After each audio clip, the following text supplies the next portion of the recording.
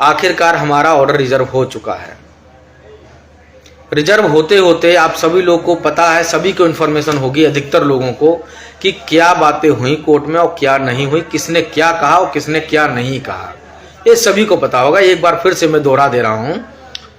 जैसे कि हमारी जो तरफ से 1356 की तरफ से 2 लोग लड़ाई लड़ रहे थे, एक भास्कर और सुशील की तरफ से, और कहीं ना कहीं हम सब लोग उन्हीं लोगों में जुड़े हुए थे। लेकिन कुछ लोग जो 6800 को लेकर आगे निकल गए, उनको मिल गया तो उन्होंने ये लगा कि हाँ अब इसके अलावा और कुछ नहीं है, 27-21 पूरा हो गया। तो उनके बाद छोड़ने के बाद जो बाकी जो बच्चे लोग थे उनको ये लगा कि हमारे पैरों के तले जमीन खिसक गई। तो उन्होंने सोचा कि किसी के ऊपर अब भरोसा तो रहा नहीं, कि जब इतने सगे होने के बाद, इतना सब कुछ होने के बाद भरोसा टूटता है तो आदमी दूध का जला छाछ भी फूक फूक के पीता है। इसलिए हम लोगों ने सोचा कि एक अपना अलग से मुकाम हासिल करने के लिए अलग से क्यों ना वकील खड़ा किया जाए। तो जो भी लोग हम लोग रह गए थे तो हम लोगों ने अलग वे अपनाया, और जिसको लोग बी टीम बोलते हैं, बी टीम यानी कि हम लोग की टीम, हमारी टीम। तो मैं उन लोगों को बोलना चाहूँगा, अगर बी टीम है हम लोग तो शायद आपसे अच्छा काम कर गए। मैं उनको कोई क्रिटिसाइज नहीं करना चाह रहा हूँ, वो भी हमारे भाई बंधु हैं, मैं काफ़ी अच्छी तरीके से जानता हूँ। पहले भास्कर और सुशील से ही हम लोगों ने मैंने और काफ़ी लोगों ने इस केस में जुड़े हैं। तो वो हमारे साथ के हमारे साथी हैं, किसी से कोई बुराई नहीं है हमें, ना पहले थी ना आज है। बस चाहत क्या थी, जो मैंने शुरुआत में बोला, एक नौकरी क्या चाहिए थी, एक जॉब। सबको आज भी चाहिए जॉब, अभी मिली नहीं है किसी को। तो ये एक लालसा इतनी बड़ी होती है ना कि अपने को बुरा बना देती है और बुरे को सगा बना देती है। जैसे कि आप लोगों ने देखा होगा, जिसको जहां लाभ प्राप्त होने लगता है वो वहां कैटेगरी बदल देता है। ठीक है, ऐसे कई लोगों के नाम मैं आपको गिना दूंगा जो दल बदलू हैं, कभी इस ग्रुप में, कभी उस ग्रुप में, कभी उस ग्रुप में।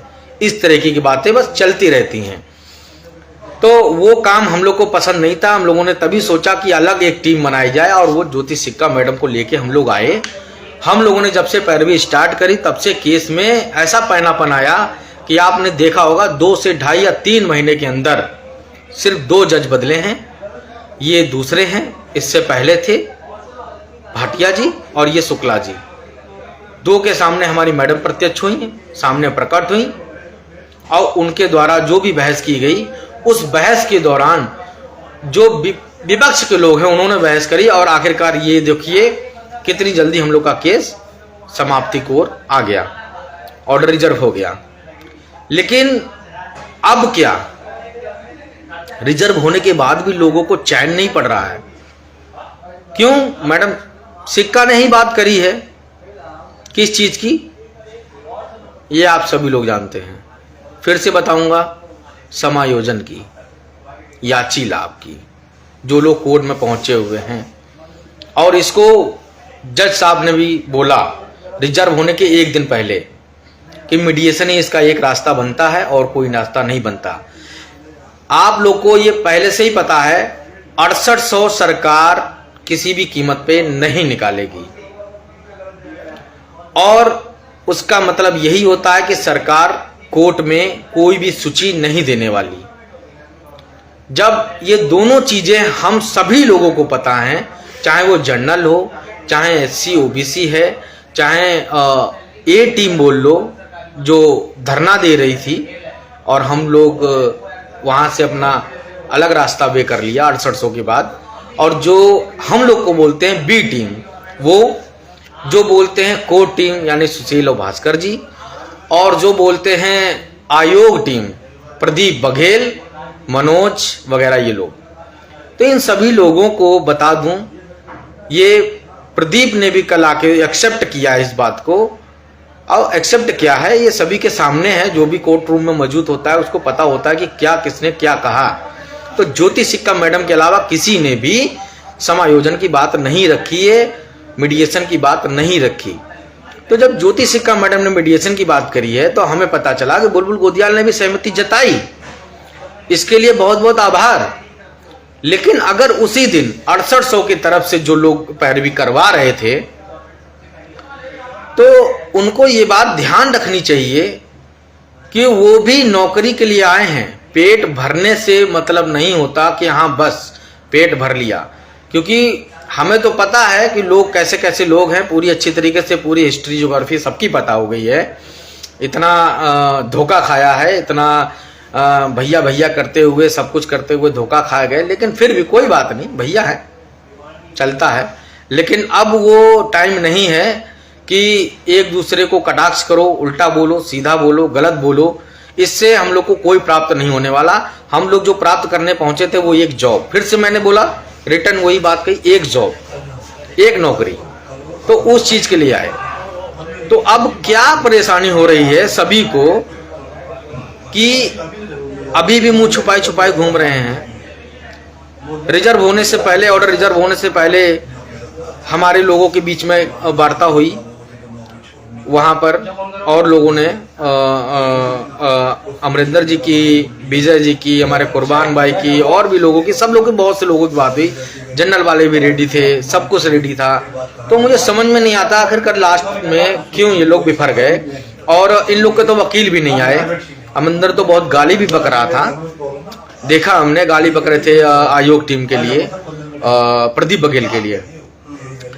तो अब निष्कर्ष क्या है भैया, क्या चाहिए, क्या चाहते हो? मुझे ये समझ नहीं आ रहा, क्या चाहते हो? अमरिंदर नौकरी नहीं चाहते तो हट जाए केस से, विजय नौकरी नहीं चाहते तो हट जाए केस से, प्रदीप बघेल नौकरी नहीं चाहते तो हट जाए, सुशील भास्कर नहीं चाहते तो वो भी हट जाएं, जनरल नहीं चाहते तो वो भी हट जाएं। और अगर नौकरी चाहते हैं तो जब 7 दिन का सबमिशन देने के लिए बात हुई है, 7 दिन में सबमिशन देने के लिए, तो सबमिशन में क्या देंगे ऐसा कि जो हमारे पक्ष में निर्णय आए? इस बात के ऊपर जरा गौर फरमाइए आप लोग। ऐसा क्या चीज देने की